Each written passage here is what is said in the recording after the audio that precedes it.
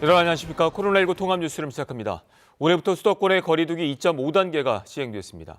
이 방역 당국은 확산세를 꺾지 못하면 이 다음 주엔 하루 900명 이상의 신규 확진자가 나올 수 있고 전국의 가장 높은 3단계 적용도 불가피하다고 우려했습니다. 첫 소식 양민철 기자가 보도합니다. 서울 동작구의 한 사우나입니다. 지난 3일 종사자 1명이 확진된 뒤로 29명이 양성 판정을 받았습니다. 이곳은 지하에 있어 환기가 어렵고 손님과 접촉이 많았던 확진 종사자가 장시간 일한 것으로 조사됐습니다. 탈의실에선 이용자 간 거리두기가 어려웠습니다. 또 용산구 이태원 술집 5곳과 관련해 확진자가 10여 명 나왔습니다. 방역당국은 이곳을 다녀간 사람들은 검사를 받으라고 요청했습니다. 이처럼 최근엔 각종 모임과 사우나, 술집 등 어디서든 확산하는 게 특징입니다.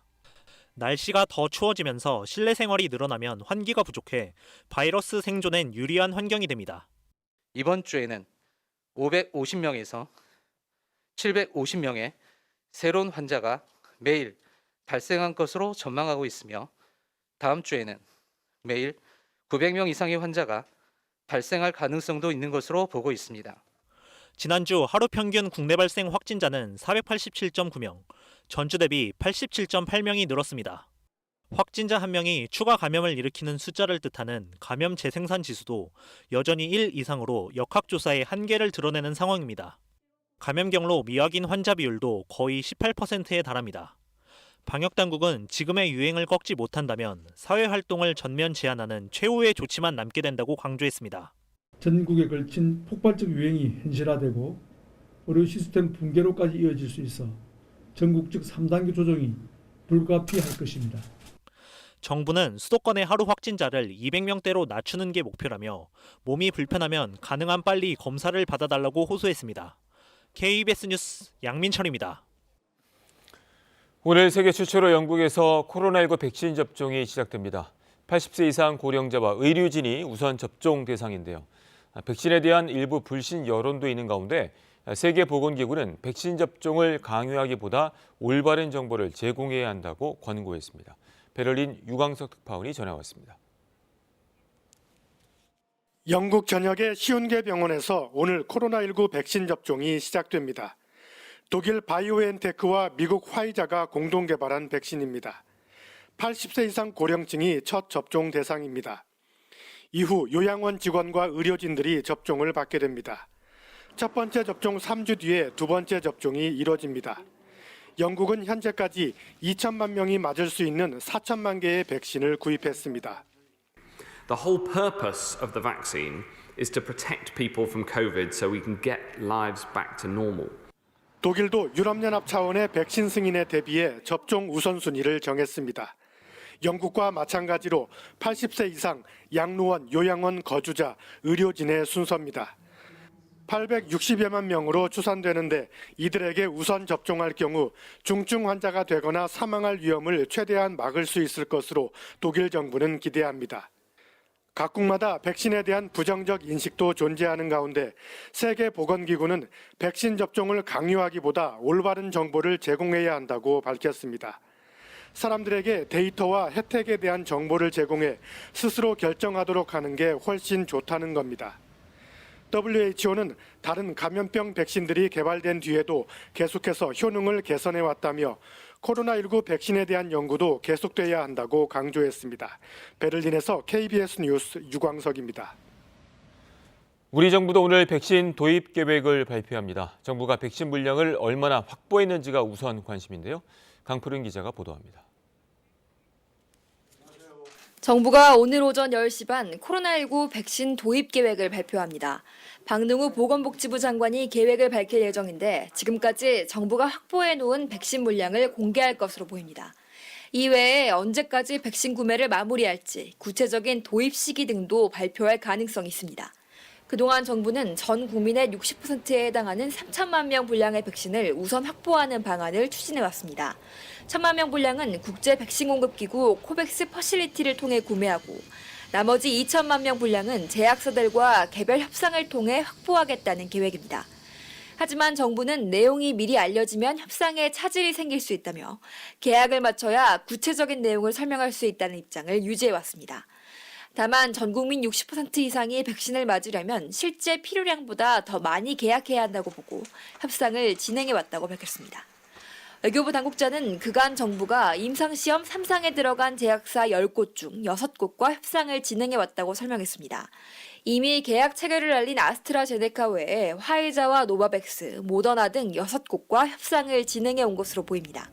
나머지 업체 4곳은 모두 중국 업체들인데 안전성과 가격 등을 고려해 정부 협상 대상에서는 빠진 것으로 전해졌습니다. KBS 뉴스 강푸른입니다. 다음 소식입니다. 민주당이 오늘 법사위를 거쳐 내일 본회의에서 공수처법 개정안을 통과시키겠다고 밝혔습니다. 이에 대해 국민의힘은 무제한 토론과 철야 농성 등으로 개정 저지에 나서기로 했습니다. 보도에 손서영 기자입니다. 공수처법을 강행 처리하겠다는 민주당의 확고한 입장에 우리 민주당은 이번 정기국회에서 역사적 책임감으로 국민의 뜻을 충실히 이행하겠다는 말씀을 드립니다. 국민의힘 주호영 원내대표는 새로운 사실 하나를 공개했습니다. 이 정권이 중용했던 법조인들을 써도 좋겠다는 제안까지 했습니다마는 민주당이 확답을 하지 않고 있는 상황입니다. 기존 입장에서 한 발 물러서면서 민주당의 주장을 희석시키려는 의도로 풀이됐습니다. 이어 열린 국회의장 주재의 원내대표 회동. 1시간 넘는 회의 결과는 밀도 있게 협의하기로 했다는 모호한 표현이었습니다. 양당 원내대표가 밀도 있게 협의하기로 했습니다. 곧바로 다시 협의가 시작될 겁니다. 1시간도 지나지 않아 상황은 또 변했습니다. 민주당이 법사위 소위에서 5.18 왜곡처벌법을 단독 처리한 겁니다. 민주당 의원들 간에 논의만 일단 하고 의결은 하지 않겠다라고 약속을 하였습니다. 이어 공수처 관련 법안들이 상정되려 하자 국민의힘은 안건 조정의 카드를 꺼냈습니다. 그리고 안건조정위원회의 의결을 거친 후에 전체회의에서 처리하게 되는 그런 과정을 거치게 될 것 같습니다. 안건조정위원회 구성은 6명, 민주당 의원 3명과 열린민주당 최강욱 의원이 포함되면서 민주당은 오늘 법사위 전체 회의, 내일 본회의 처리를 다짐하고 있습니다. 국민의힘은 필리버스터, 즉 무제한 토론으로 내일 본회의 처리를 막을 계획인데 민주당은 곧바로 임시국회 소집 요구서를 냈습니다. 국민의힘 주호영 원내대표는 공수처법 개정이 강행되면 남은 의사일정 전면 거부와 장외투쟁도 불사하겠다고 밝혔습니다. KBS 뉴스 손서영입니다. 법무부가 윤석열 검찰총장에 대한 검사징계위원회를 예정대로 모레 열겠다고 윤 총장 측에 통보했습니다. 윤 총장 측도 총력 대응에 나선 가운데 현 상황에 대한 각계 성명도 잇따랐습니다. 보도에 장덕수 기자입니다. 법무부가 윤석열 검찰총장에 대한 징계위원회 개최를 윤 총장 측에 다시 통보했습니다. 날짜는 오는 10일이고 시간은 오전 10시 반입니다. 윤 총장 징계에 대한 검찰 내부의 반발에도 징계 절차를 예정대로 진행하겠다는 뜻으로 풀이됩니다. 징계위를 사흘 앞두고 윤 총장 측도 총력 대응에 나섰습니다. 먼저 법무부의 징계위원 명단과 감찰 기록 공개를 다시 요구하는 한편 헌법재판소에는 징계위 구성의 위헌성을 지적하는 서면을 추가로 제출했습니다.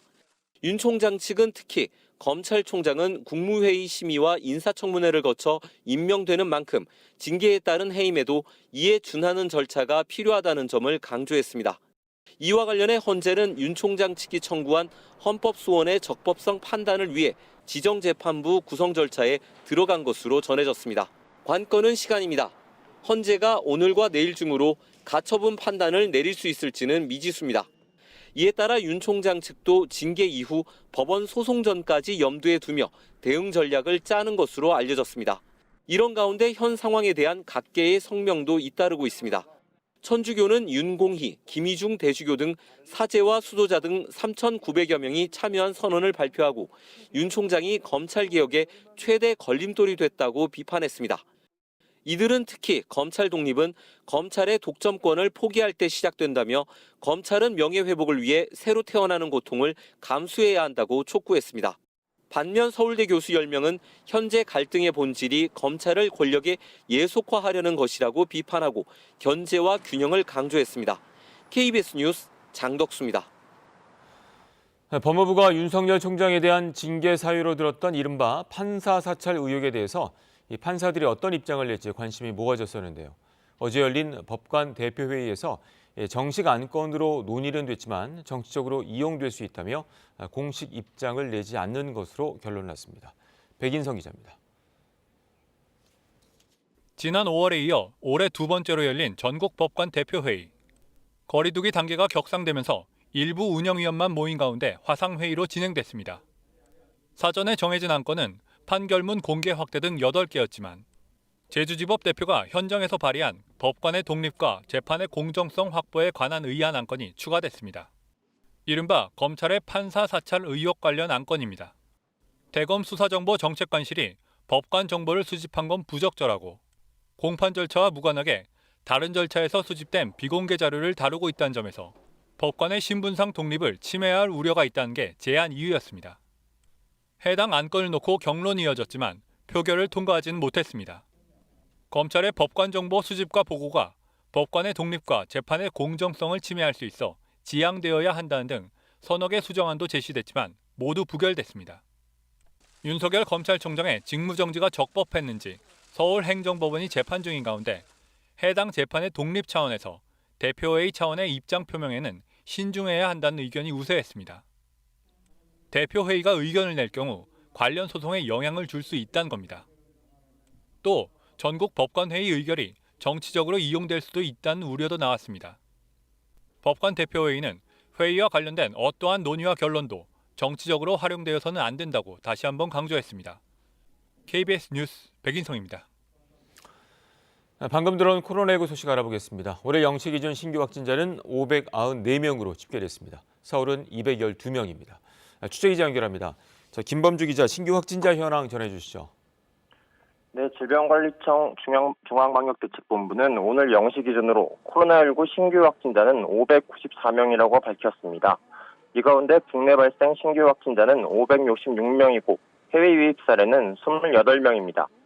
국내 발생 사례를 지역별로 보면 서울 214명, 경기 157명 등 수도권에서 많은 확진자가 나왔고 이외에도 울산 61명, 인천 28명, 부산 27명 등이 발생했습니다.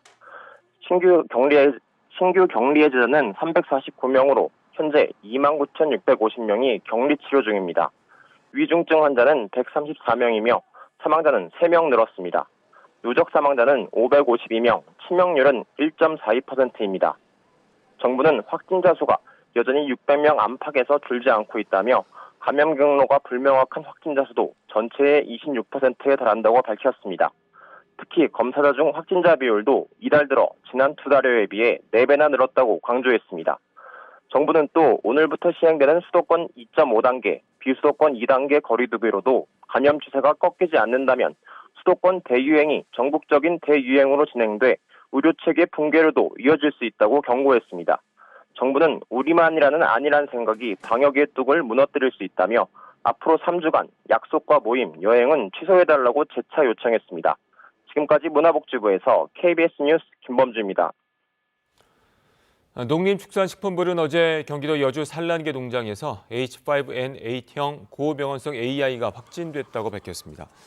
지난달 28일 전북 정읍의 유경오리 농장에 이은 네 번째 고병원성 AI 확진입니다. 정부는 해당 농장 약 19만여 마리와 반경 3km 내 가금 농장의 가금류에 대해 예방적 처분을 진행하는 한편 내일 새벽 5시까지 경기 지역의 가금 농장과 축산시설 등에 대한 일시 이동 중지 명령을 내렸습니다. 이번엔 KB증권 연결해서 오늘의 주식시장 알아보겠습니다. KB증권입니다. 다우지수 약세에 하락 출발했던 코스피 지수가 약보합권에서 지지부진한 모습을 나타내고 있습니다.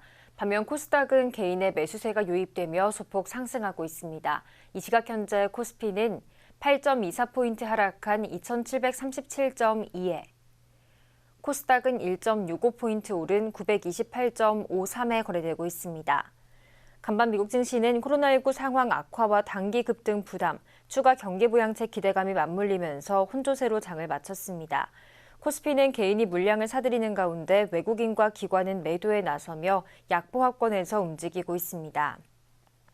삼성 SDI가 2차 전지 부문의 수익성 흑자 전환 전망에 52주 신고가를 경신했습니다. 반면 최근 코로나19 치료제 개발 기대감으로 연일 상승했던 셀트리온 삼형제가 일제히 내림세로 돌아섰고 코오롱 생명과학은 자회사 코오롱 티슈진의 상장 폐지 연기 소식에 저조한 흐름을 나타내고 있습니다. 이 시각 현재 달러화에 대한 원화 환율은 1,083원 20전에 거래되고 있습니다. 지금까지 KB증권이었습니다.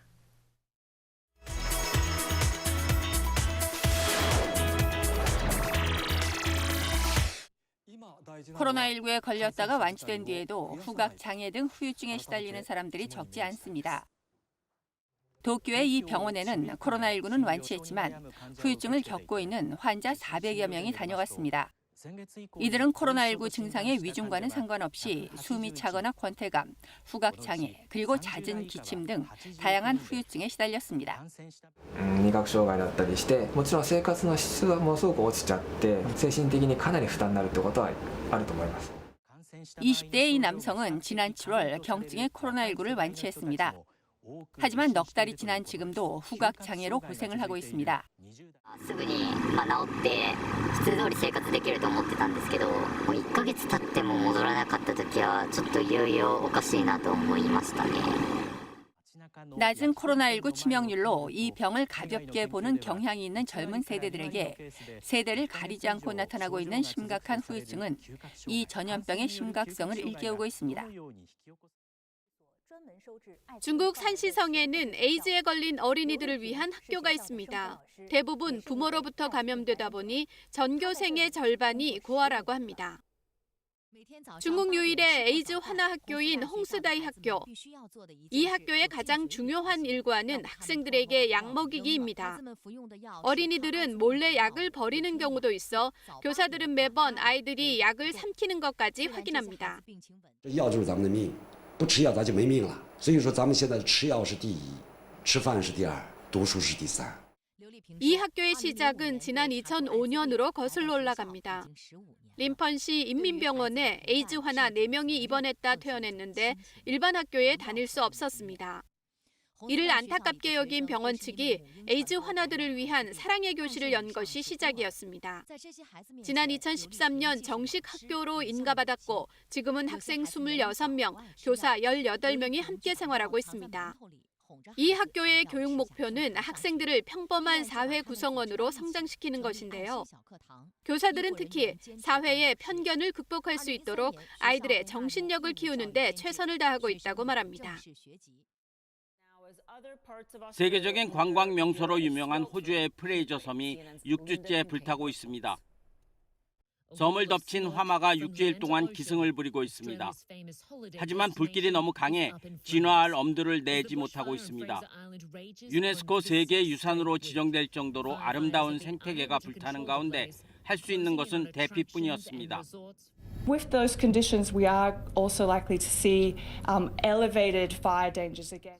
본격적인 여름이 시작되면서 기록적인 더위와 건조한 날씨로 호주 곳곳에서 산불 위험이 도사리고 있습니다. 지난해 말에도 호주는 최악의 산불 피해를 봤습니다. 올 초까지 계속된 산불로 1,200만 헥타르가 불타고 야생동물 10억 마리가 숨졌습니다. 90% of the land mass across New South Wales is potentially exposed to the sort of bushfire. 기후 변화로 인해 이상 고온이 계속되고 있는 호주에서 지난해와 같은 대규모 산불이 또 일어난다고 해도 이상하지 않다는 점이 당국이 가장 우려하고 있는 부분입니다. 케냐 나이로비에서 열린 남녀 보디빌딩 대회. 참가 선수들이 무대 위로 입장합니다. 한껏 자세를 취하며 오랜 시간 갈고 닦은 기량과 멋진 근육들을 선보이는데요. 이번 대회는 선수들 사이 직접적 신체 접촉이 없는 비접촉 스포츠로 분류돼 열리게 된 것입니다. The ministry suspended contact sports. You see, bodybuilding is not a contact sport; it's a non-contact sport. So we fall in the category of non-contact sport. 대회는 열렸지만 코로나19로 대회 개최까지 까다로운 방역 기준을 따르느라 많은 어려움이 있었다고 관계자들은 토로합니다. 사회적 거리두기로 인해 체육관도 한동안 문을 닫아야 했기 때문에 선수들의 훈련에도 지장이 컸습니다. Blocking everything happening because of social distancing, but finally, thank God, it has happened. So it was quite challenging, but we have managed to pull it. 비록 방역 지침에 따라 이번 대회 관람객 수가 제한됐지만 참가 선수들의 실력과 응원 열기만은 여느 해와 다를 바 없어 보입니다. KBS 월드뉴스입니다. 미국이 북한의 석탄, 밀 수출 등의 중국의 묵인과 방조가 있다면서 강하게 중국을 압박하고 있습니다. 대량 살상 무기 확산 방지에 초점을 맞추는 듯한 발언도 이어지고 있어서 주목되는데요. 워싱턴 금채령 특파원이 보도합니다. 북한이 국제사회의 대북 제재를 피하기 위해 그동안 해상 환적을 통한 석탄 수출 등으로 외화를 벌여들였다는 것이 유엔 대북제재위원회의 분석입니다. 유엔 대북제재위는 올해 북한이 제재망을 뚫고 석탄 수출로만 최대 4억 1천만 달러를 확보한 것으로 분석하고 있습니다. 미 월스트리트 저널은 국무부 고위 관리를 인용해 북한이 지난 1년간 남포항에서 중국 닝보 저우산 등지로 수백 차례 석탄을 운송했다고 보도했습니다. 미국 정부는 북한이 국제사회 제재망을 피하는데 중국이 결정적인 역할을 하고 있다고 비난하고 있습니다. 오브라이언 백악관 국가안보보좌관은 미 국익연구소와의 인터뷰에서 미국은 중국이 북한의 석탄이나 물자 운송에 대해 매우 허술하게 대응해왔다고 생각한다며 중국을 비난했습니다. 중국이 대북 제재에 강력히 동참하지 않는 한 북한의 지속적인 핵과 미사일 개발은 물론 대량 살상 무기 확산의 위험까지 늘어난다는 것입니다. 오브라이언 보좌관은 그러면서 북한이 핵 확산 사업에 뛰어드는 것은 매우 위험한 모험이 될 것이라고도 했습니다. 오브라이언 보좌관의 이 같은 언급은 미 국무부가 최근 대북 제재 불이행 사례 신고자에게 최대 500만 달러의 포상금을 주는 제도를 운영하는 등 강도 높은 대북 제재 이행 의지를 밝힌 가운데 나온 것이어서 주목됩니다. 또 명분은 북한 핵과 미사일 개발 억제, 비확산에 주안점을 뒀지만 강도 높은 비난의 무게중심은 중국에 뒀다는 점도 눈여겨볼 대목입니다. 워싱턴에서 KBS 뉴스 금철영입니다. 어제 정부가 2050 탄소 중립 추진 전략이란 제목으로 탄소 중립을 위한 큰 방향을 제시했는데요. 핵심은 능동적으로 산업과 에너지 구조를 바꾸겠다는 겁니다. 어떤 내용인지 오현태 기자가 전해드립니다. 1973년 준공된 포항제철. 우리 손으로 만든 철강은 제조업 현대화의 출발점이 됐습니다. 하지만 용광로에서 쇳물을 뽑기 위해 석탄을 떼야 해 탄소 배출이 많습니다. 석유화학과 정유 등 다른 핵심 산업도 마찬가지. 이런 고탄소 산업 구조를 서둘러 바꾸겠다는 게 정부 목표입니다. 저탄소, 무탄소 원료를 쓰는 건 물론 기술 자체도 탄소 발생이 적은 것을 적극적으로 활용합니다. 대표적인 게 제철소에서 쇳물을 만들 때 석탄 대신 수소를 쓰는 겁니다. 친환경 방식으로 얻는 그린 수소 사용 비중을 80%까지 높여 저탄소 신산업을 이끌도록 했습니다. 발전 분야에서도 태양광과 풍력 같은 신재생 에너지 비중을 더 높입니다. 34년까지 현재 석탄 발전 60기의 절반인 30기를 폐지하는 등 현재도 과감한 석탄 발전 감축 계획을 포함하고 있습니다. 이를 위해 정부는 신재생 에너지 관련 인허가 통합기구를 만들고 전력망도 신재생 에너지에 맞게 전환합니다. 전기요금 체계도 유연하고 합리적으로 바꾸기로 했는데 요금 인상에 대해선 추가 검토 사항이라고만 밝혔습니다. 이런 산업과 발전 체계 재편 과정에서 생기는 문제는 적극적인 지원으로 풀기로 했습니다. 피해 산업과 지역은 인센티브를 통해 신산업으로의 전환을 돕고 일자리를 잃는 노동자는 직업훈련을 통해 재취업을 지원하는 방식입니다. 일단 정부 차원의 큰 그림은 나왔습니다. 하지만 성과를 내기까진 갈 길이 멉니다. 국내 저탄소 기술 상당수가 아직은 걸음마 수준이기 때문입니다.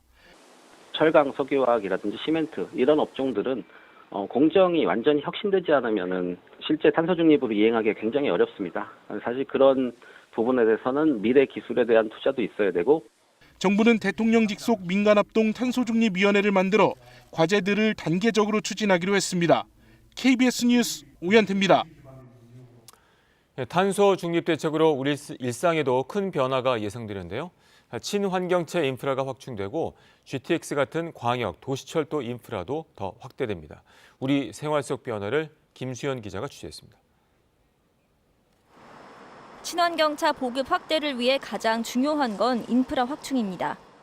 현재 5만 개 수준인 전기차 충전기를 5년 안에 50만 개까지 늘리고 2050년까지 전국 2천만 가구에 충전기를 보급합니다.